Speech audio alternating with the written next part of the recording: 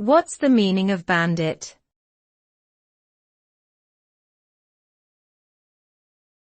Bandit.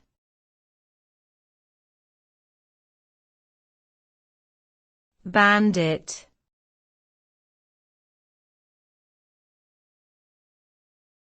Bandit.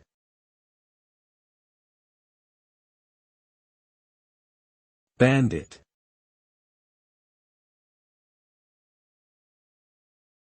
The word bandit is often used to describe a person who engages in criminal activities, particularly robbery and theft.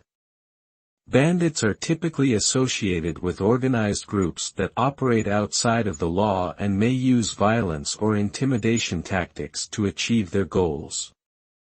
The term originated in medieval Italy and was used to describe outlawed individuals who robbed travelers and merchants. Today, the word bandit can be used to describe anyone who engages in illegal activities, but it is most commonly used to refer to individuals or groups who commit robberies or heists. In popular culture, the image of a masked bandit holding up a stagecoach or bank is often portrayed in movies and literature.